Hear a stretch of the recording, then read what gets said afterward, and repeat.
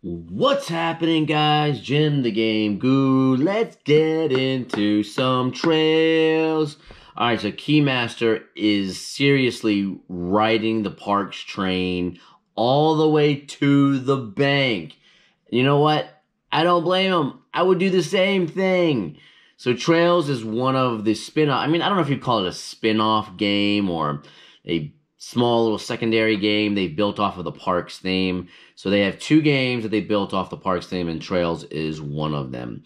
So what they've done in this game basically is they've taken the one component in the Parks game, which is the main trail where you move your hikers across, and they've turned it into a game where you gather resources, you gather badges, you gather photos, and the person with the most points wins the game. So take a look at the box. Beautiful artwork as always. There we go. Yep. Same style of artwork, same everything with that. There are a couple things in this game component-wise that absolutely kind of drive me nuts. But it's a complaint that I have with most games. Well, I shouldn't say most games, some games. But other than that, I feel like a lot of the actions and the gameplay in this game are actually pretty good. Surprisingly, you can do a lot as far as actions for this little small package. So let's go ahead tear into it. I'll do a little overview of how the game is played, show you the components. If you guys are new here, please consider subscribing or following. All right, let's dig into some of the components here of Trails. So here I have the game laid out. I have it set up for a 4-player game. And this game comes with cute little hikers, as you can see right there. Absolutely lovely. So you have 4 hikers for up to 4 players in this game. You have a trail start and a trail end, and this is very, very similar, like I said earlier, to the trail that is in the game of Parks. So they took that main kind of focus and they made it the main board game in this game. In the center, we have a wildlife token here. So we have a wildlife token, which is a cool looking bear. And as far as the actual art style and the components, the way they look, they never disappoints when this comes to Keymaster and their Parks themes. Each of the artworks for each one of the trail sites looks amazing, and I already said that the hikers look good. These down here are resources. So this trail spot right here has a leaf resource. This right here has a stone resource. And this right here has an acorn resource. Over here to the right and left, where at the trail start and the trail end, I guess they call this a trail head, you have badge cards. You have 2 badge cards here, 2 badge cards there. You have the sun component. So in this game, what happens is this sun component will actually move to the left, just like this, all the way to this point right here. So basically what happens is as the sun moves, it's called, you're visiting these places until the sun sets. And there's a cool mechanic with the sun movement that I'll show you in a second. Down here we have canteens. These are the canteens for each of the hikers. There are canteens in the Parks board game as well, but these canteens are a little different. These ones have, instead of having a fire associated with them and refilling them, this game, the canteens are used to move your hikers at a farther distance. We have a cute little die right here for the wildlife token. Whenever you land on the wildlife spot, the wildlife token, you will roll that die. Here you have a bird trophy. So in this game, they have a thing with birds.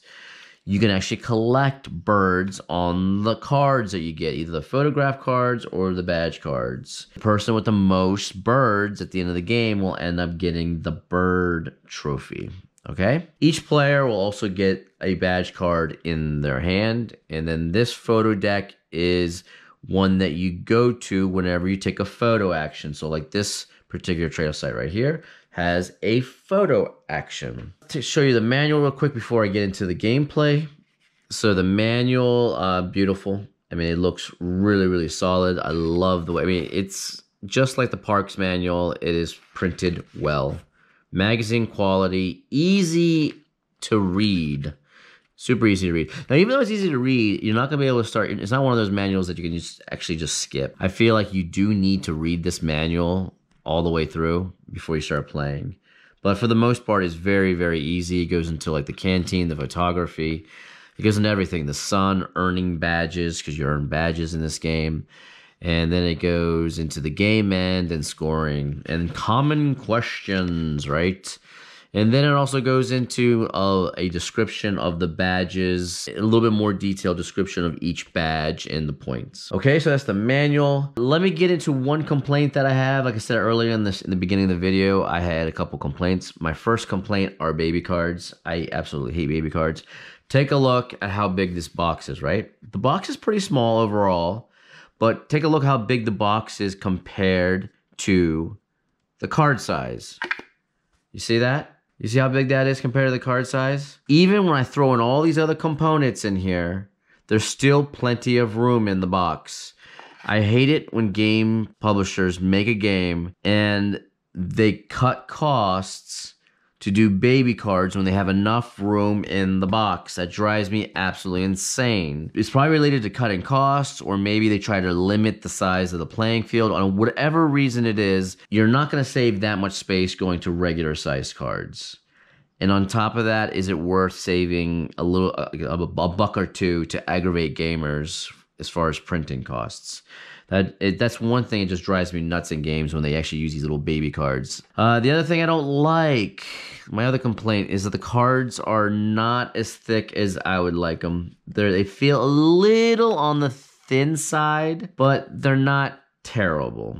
So I think when they get a little too thin, it cheapens the quality of the game. That's one thing I don't like about cards that get really, really, really thin. But other than that, though, the artwork, fantastic. Everything about it, even the actions in this game are really, really solid. So those are my two major gripes in this game.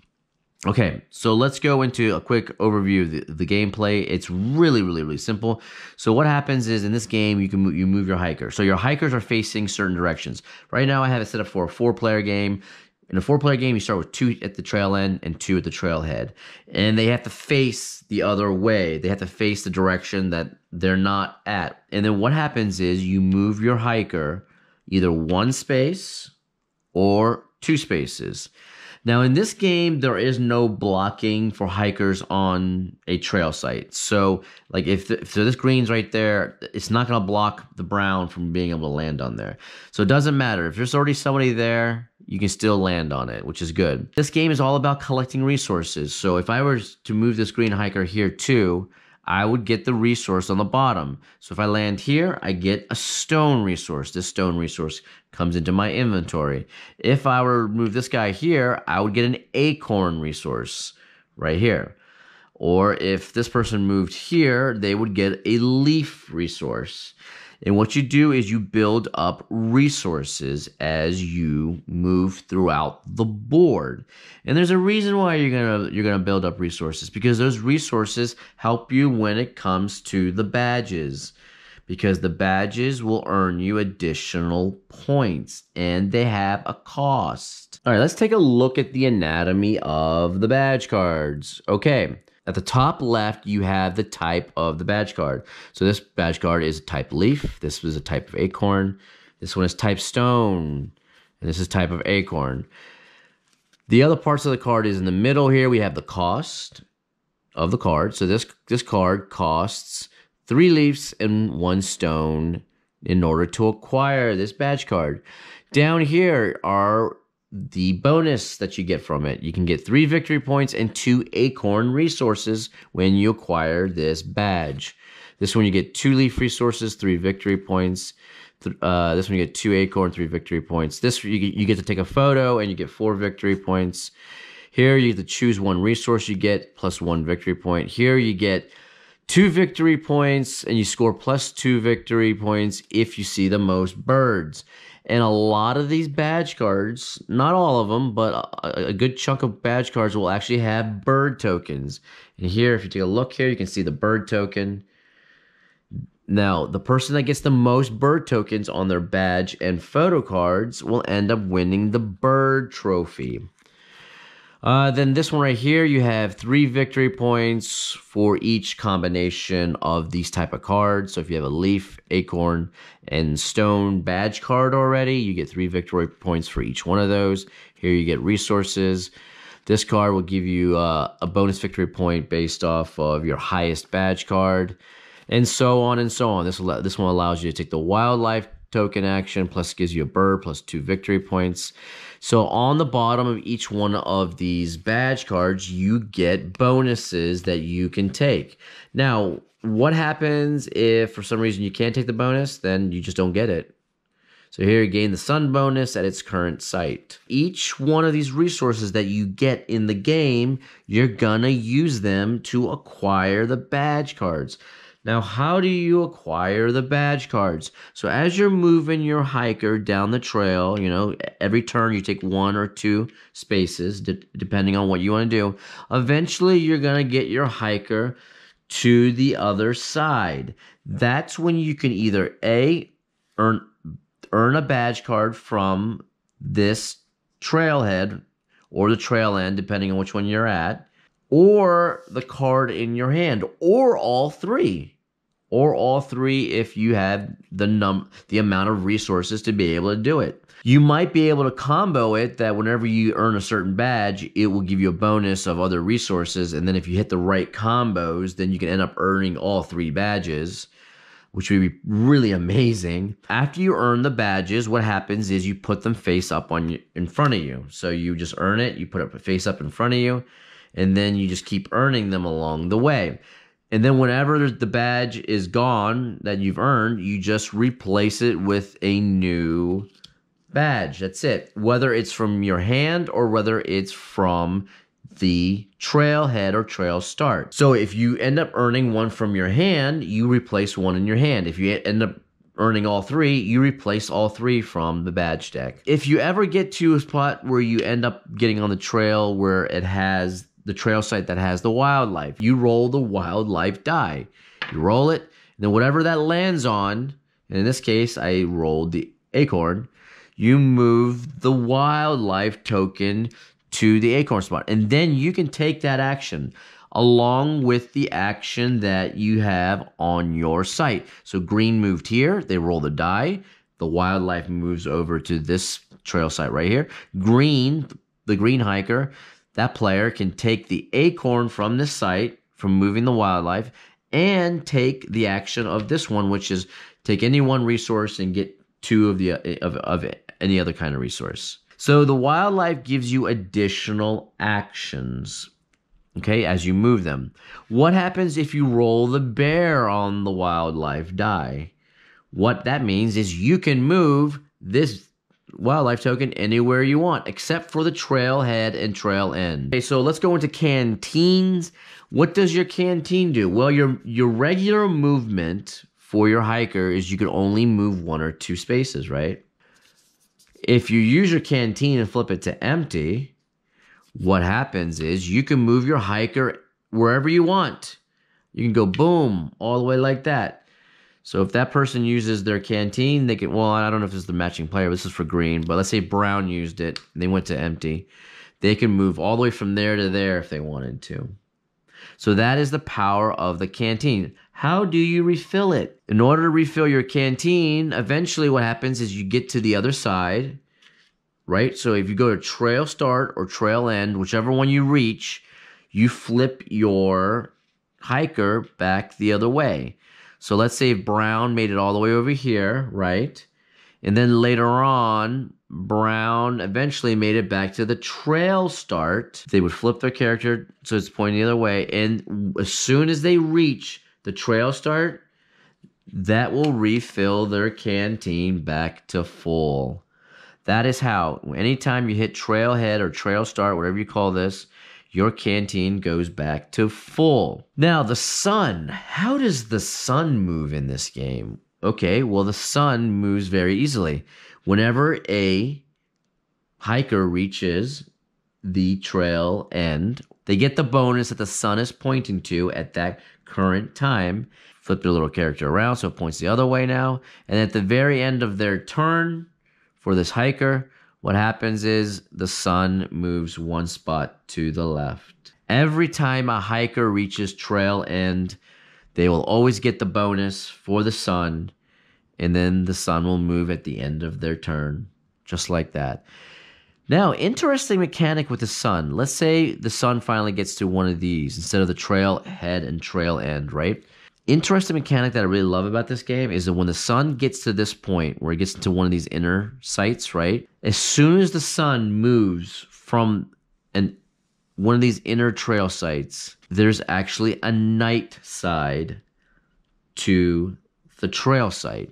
And then that actually makes these night sides actually are a little bit more powerful than the day side, because these are all day sides. So then the sun moves over here. Now watch, this one is, day side is 1 leaf, right?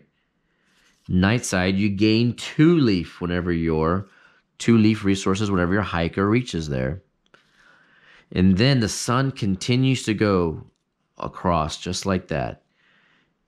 And it continues to go across. Every time somebody hits a trail end, right? Every time somebody hits a trail end, the sun will continue to move. And then eventually it'll get on this spot. And then they'll go, well, this will go to nighttime, right? There we go. And you can see how you get way more resources as it goes. And then the sun will continue to go until you get to that. That is the end of it. Now, whenever somebody ends up getting, their hiker is the last one that pulls the sun over, that hiker will end up getting the sun token, right? And put that in front, right in front of them. Then every other person gets one last turn. After the last person gets that one extra turn, besides the person that got the sun token, then you count the victory points from the badges and from the photo cards. Now, how do you get a photo? In order to take a photo action, you have to be on the tile that has a photo, or you can roll the wildlife die, which gives you, there's also a take photo action. Or there are badge cards that once you earn them by spending resources on them, you can actually take a photo. Let's take a look at the photo cards. Photo cards are very, very, very simple. They'll have points or birds on them. So this one gives you 0 points, but it'll give you 2 birds to count toward the bird trophy. 0 points, a bird, 2 victory points, 1 victory point, a bird, 1 victory point, 1 victory point, 2 victory points and a bird, 1 victory point, a bird, 1 victory point, and that was it. Okay, 0 victory points, but a bird, 0 points and a bird. Now you can see the photograph ones have way more birds than the actual badge cards do. So if you want to go for the bird trophy, you're probably going to want to take a lot of photographs because a lot of them have birds on them. But when it comes to points, when it comes to actual points, the photo cards don't have a lot of points on them. Most of them have 1 or 0. There are some that have 2 or 3 points, but most of them are like 1 and 0. Most of these photographs have birds in them. So if you're going for the bird trophy, you're going to want to grab more photos. The bird trophy gives you 4 additional victory points at the end of the game if you end up earning it. The badges, though, are where you want the victory points. So you're going to have to do a little bit of balancing act, I think. You're going to see how can I take advantage and get as many photos, but maybe not get the most, but just get enough photos and then concentrate more on the badges as far as the victory points. Now, whenever, like I said earlier, whoever's the last person to get the sun token, it's going to trigger the end of game that goes around. Everyone gets one last turn, and then you count the victory points from your badge cards, from your bird bird trophy, and from the photo cards.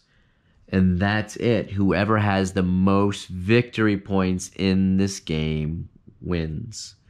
Really, really simple. Move up and down the trail, gather resources, spend them on badge cards, take photos, and then count up the points at the end. Beautiful looking game, as always, from Keymaster and their whole Parks theme. I really like this game. I like how compact it is in the box. It's easy to carry. And I like how it has a lot of actions. And I like how it has a lot of player choices. This is all about player choices. There's no real randomization.